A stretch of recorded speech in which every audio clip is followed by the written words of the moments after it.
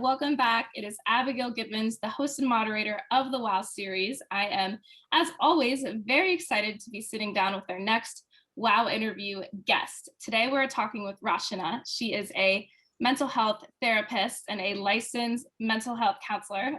She works at a local organization here in New York, and she's been serving women in and outside of her community and using her work as a licensed therapist to help women in our local communities navigate the challenges that they're facing when it comes to mental health, but so much more than that, which I do not want to butcher. So Rachana, please go ahead and introduce yourself. I'm so happy to have you here today. Thank you so much for having me, Abigail.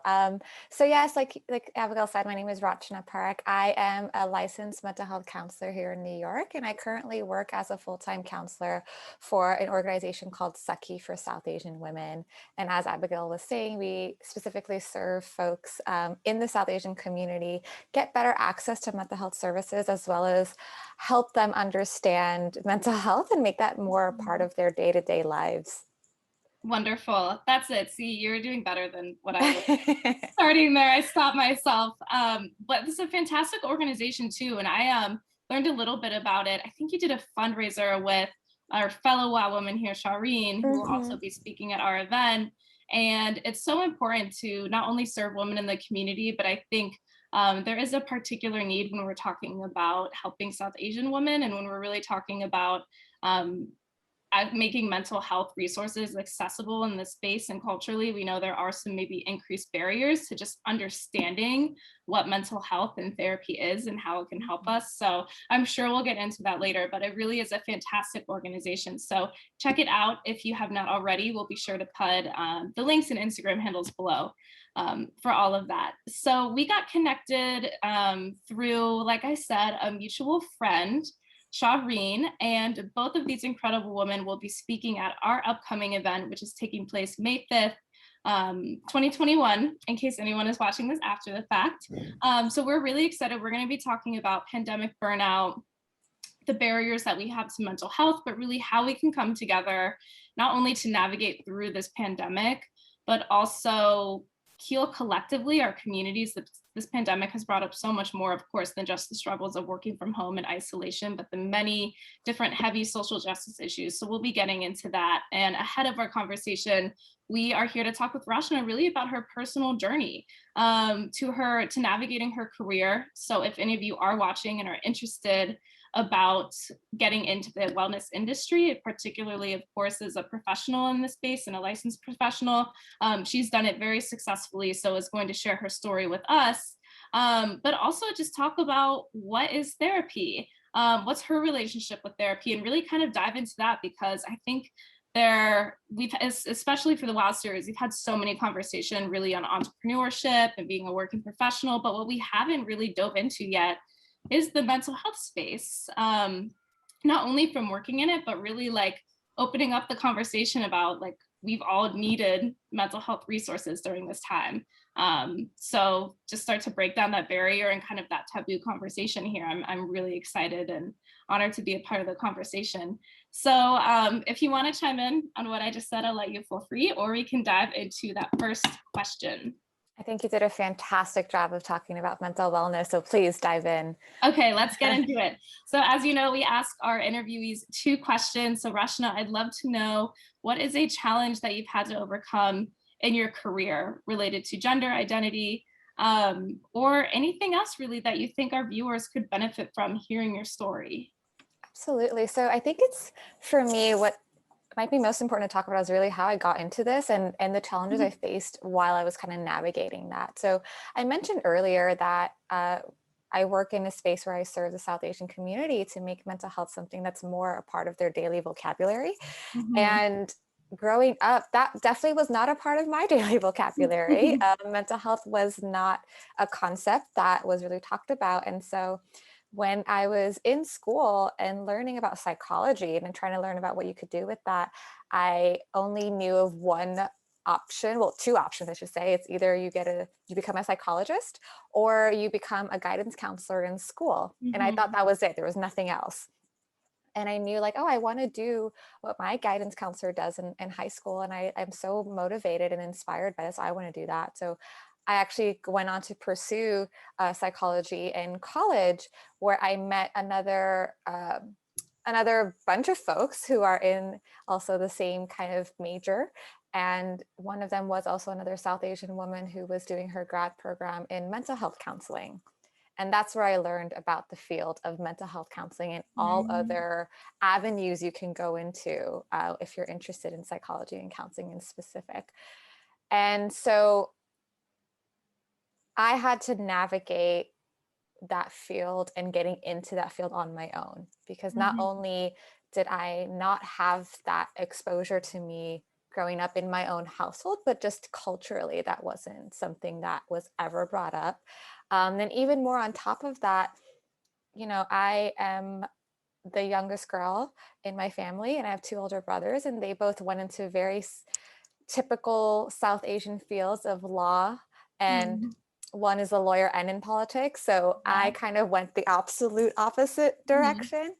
And mental health, trying to explain that to my family, trying to also, as a woman, come up in a space and basically legitimize myself in everyone's eyes that Mm. I am a professional trying to navigate this space.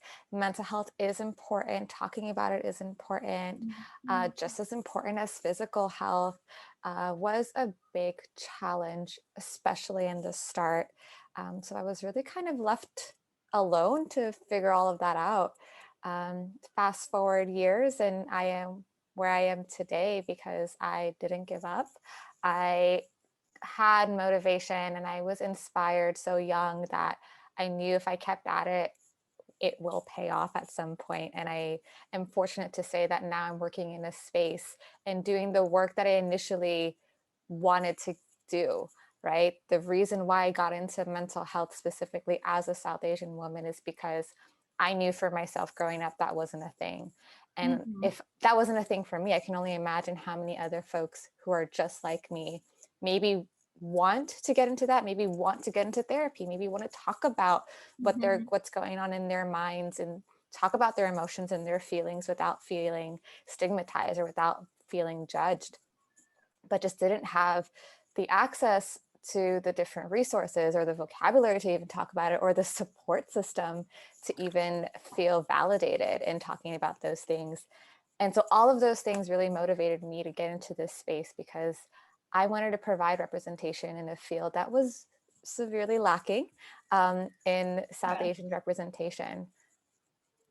Oh my gosh. Yes, let's get into this. I'm so excited. Your answer is so perfect. And what I love about it, it's like your personal journey is so relatable and something that I think many viewers watching are like, oh, so refreshing to see and hear you and your story. But then what I love is that you're also having that impact in return. So not only by you doing something that was untraditional and powering through to get to where you are today, now you can also help give back to like the other person upcoming in the current and next generation who was like you, who was like either I'm interested in this field, or also like I think I need therapy but I can't talk about it with my family, or I can't talk about it with my friends. Like where do I go from here? Just having you, by you stepping into that, you are giving back to others who are in the similar boat as you, who feel like they need resources but don't have it. Mhm. That's what I really love about your journey. And I think I mean, there's so many pieces that I want to get into here. So I guess like just that overall representation. And I can even, well, actually, no, first things first is I relate to you in that doing something that's a bit out of the box, especially compared to what our siblings or peers might be doing. Because I did something similar, and however, like I was becoming an entrepreneur, I get it if people don't entirely understand, but having a community to lean on to support me with others in your similar industry is so integral. But what is also ironic in your position is that you are becoming a very well respected professional, and I can't imagine how frustrating it is to have those who are close to you not understand that, because to the outside world it's like, oh, she's becoming a therapist, like that is such a respectable career and like that's so important and we need that and people get it. But it's with your story, it sounds like that even that didn't resonate within your family and those around you. Yeah, I mean, thank you for saying that.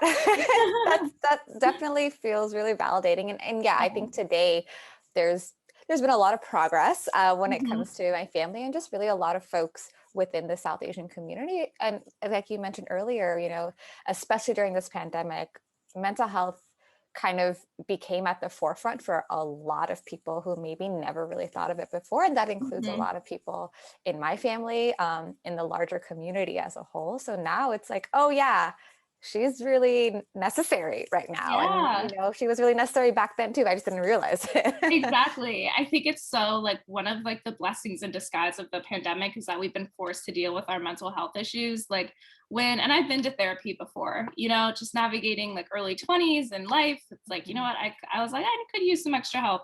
And then, but especially when the pandemic hit, a couple months in, it's like I was really not doing well mentally. And I had no idea why. I was like, Abby, you're healthy, you're safe, you have a roof over your head, your family's okay. Like, why are you doing so poorly? Like, it was not good. And so I started going back to therapy and was able to work through some like deeper rooted issues that I had pushed back so far in the back of my mind that I didn't even know that what was causing me to feel this way. But the isolation that we were in, like, brought up, I think, in so many people, some things, some battles maybe that we don't even know that we are fighting. And I love that as a result, mental health has come to life through it because I think it sped up that conversation and these conversations that we're needing to have because right now everyone can relate. Like, we're forced at home and, everyone is having different issues when it comes to their own mental health. 1000%. And same, right? Like I've also kind of had a journey with therapy as well. And especially in the last year, as a therapist, just so everyone to know, therapists need Yeah. therapists too. Um, so in the past year, especially, like to prioritize my mental health. And it's funny for me to say that as someone who's in Mhm. the mental health field, right? I I do all this work with all the clients that I serve and then kind of put myself on the back burner. And this year was also kind of a wake up call for me to be like, no, you need to also do the same thing that you're preaching. So it was a great opportunity for me to also do a lot of inner work and self reflection. And Mhm. that journey through therapy was amazing and supportive. And I'm continuing that. Yes, absolutely. I love that you said that therapists need therapists too. So important. I never even thought about that. Like, you can't help everyone and you need to help yourself. I'm called to ask you one question, and I know we'll dive in more to this when we get to our panel discussion. But when you were talking about, going through therapy yourself, and we were talking about how so many others have increased awareness to it, but I think there's also a lot of barriers to mental health. And when I especially think about the community that you're working in the South Asian community, there are increased barriers. There's barriers for all of us financially Mhm. and where we fall in like the financial spectrum. But then there's also barriers culturally, like some cultures are more open and receptive to mental health than others, and that can be a big deteriorating factor in seeking mental health. So I don't know if you have any advice or opinions on navigating that, or maybe for someone listening who has been in your shoes, younger, is like maybe wants to explore therapy but isn't feeling supported by their family. I was wondering if you have any, advice in navigating that. Yeah, I firstly want to say that's so real. I absolutely want to validate that too, right? Mhm. There are some communities and cultures that are more accepting than others. Certain communities, mine specifically, don't even have the words in our language for certain terms in mental health, right? No way. That's how like foreign the concept is. Wow. Um, but my advice to anyone who wants either to even enter in as a professional or want to or feels like they need extra support by going through therapy for whatever it is. And by the way, like you don't need to have quote unquote a mental illness to go into therapy, right? If you might just feel like you need someone to talk to in a safe space, not in a non-judgmental space, and that's enough for you to want to go to therapy, right? Like Mhm. it's okay. Mental health and mental illness are not the same thing. Mm. So, and I think a lot of people Yeah. confuse that. Uh, Yeah.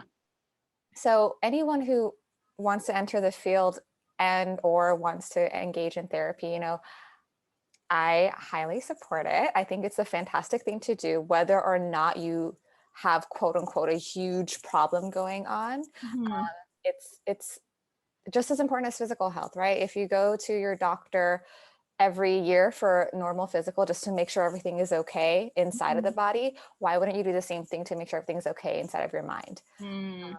That's how I try to explain it. And speaking of explaining it, especially for those folks, especially the younger generation who might want to talk about this with their families, and might be nervous about how to approach the conversation, we have to kind of do it in a way that is understandable to them, right? Using their language, using their vocabulary. And something that I know I found success in doing is explaining to my parents, like, you go to your doctor whenever you feel sick or Mhm. whenever you just want to get a checkup. Why can't you do the same thing with your mind? And Mhm. when you go to your primary care physician, that's what they're for. When you go to your therapist, that's what they're for, right? Everyone is here to help you be healthy and holistically healthy, not just in one aspect. Absolutely. That is great advice. Thank you so much. What a great comparison to say like you get your yearly physical to get your body checked out and what's going on. Why not take that same approach with your mind? It's so important. And I think as we're starting to have more of these conversations, I do feel so hopeful too for the next generation. I feel like they're much more open-minded and they're like so open with therapy and talking about it. And a big misconception that I had in my teens and early 20s was that therapy, like you had to have something wrong with you, like a mental illness to go to therapy. I'm like, oh my gosh, well, I can't go to therapy because that means something's wrong with me. But just recognizing that no, like everyone can benefit from therapy and you don't have to have, like you said, like a quote, huge problem or something traumatic happen to you to Mhm. benefit from therapy. It can just be navigating everyday, day-to-day life. And especially when I think about, like the 20 something, I mean, if you have like if you're going to college or navigating career, what's next? Like, oh my gosh, that was such a stressful time for me too. Mhm. And I didn't have any big event that happened to me. It was just, those early years, the uncertainty. Therapy really helped me through that too. So, oh my gosh, I'm so excited to continue this conversation. There's so many areas that I think we can explore and continue to talk about. But thank you so much for sharing that advice too, because I can already think of those in my community who will benefit from hearing that, who I've maybe tried to explain mental health and therapy to, and they just don't quite get it. So that was a perfect and approachable way to explain it. So thank you. And I'd love to dive into too. So you shared a bit of your advice with how you overcame that challenge in your career of kind of going into an industry that wasn't understood by those around you. But I would love to hear more about your advice if you want to continue on that a little, but also your just a general advice for the next generation. Yeah, I think specifically when it comes to the field, there's so many different things you can do as a mental health professional. I chose the route of becoming a licensed mental health counselor, but you can also become a social worker. You can also Mhm. become a mental health advocate. You can also become a case manager. There's so many things to do. And I think often when people think about mental health, they think about like one thing. And for anyone who might feel that it's a difficult field to be in, or maybe it's hard to get into, or anything like that, with any field, I would say if you are really motivated and you feel like there's a calling for you, know that it's going to pay off, right? In the beginning, there might be some bumps and it might be a little difficult to navigate, but eventually everything will start making sense. Eventually things will start to fall into place. And you might have to have a bunch of different experiences before you find the one that makes the most sense for you. But that's also a part of life. And Mhm. you only learn from those experiences. And I can say that firsthand from going from place to place and finally being in a space where I feel like my purpose is being realized here. Yeah, that's so important. I love that you said that too. And I love that you touch on that it's a bumpy road.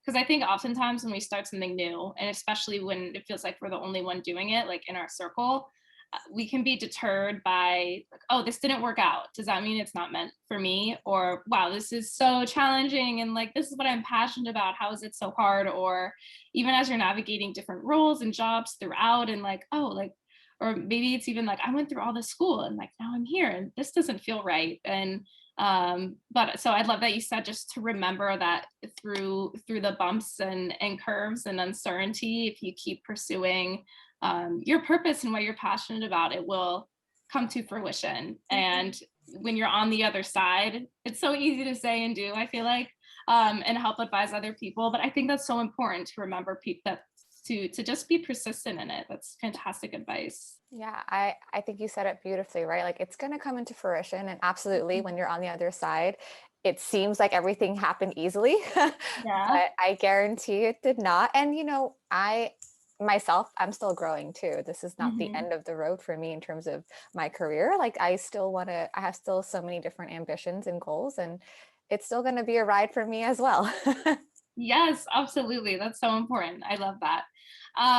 So fantastic advice just to stay, I guess stay, I want to say like stay on the road, but that sounds cheesy. But I guess just like stay on track to what you're passionate about, even if you're the only one doing it. And Rachana, you're such a great role model, especially in this industry, but really for everyone watching, no matter what industry you're in, for not only doing the untraditional, but inspiring and incorporating it into your work to help others who have been in your shoes. I mean, that's just, I say, and I learned this from other wild women who have spoken, and I love it. But when you step into your purpose, you really make the world a better place. And I think you're such a great example of that.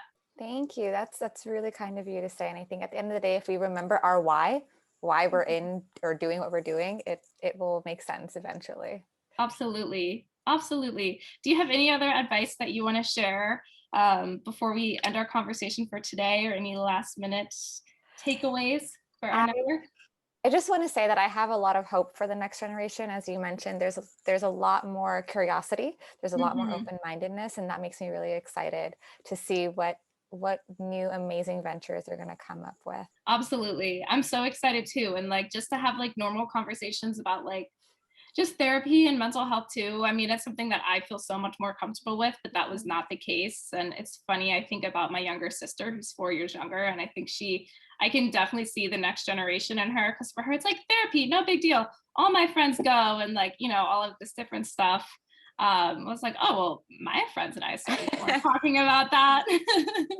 Yeah, absolutely. Yeah. Like therapy is kind of like just casual conversation now. And I love that. Like, oh, my therapist said this. It's like, I love that you're saying that. Absolutely. Absolutely. And it is great to have a therapist in your corner.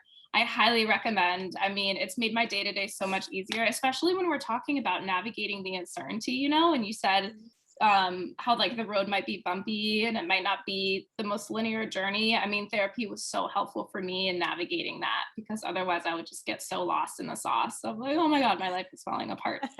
Um, so wonderful. Thank you so much, Rachana. If you want to reach out to her, network with her, of course, attend our event, or you can reach out to her on Instagram. Would that work?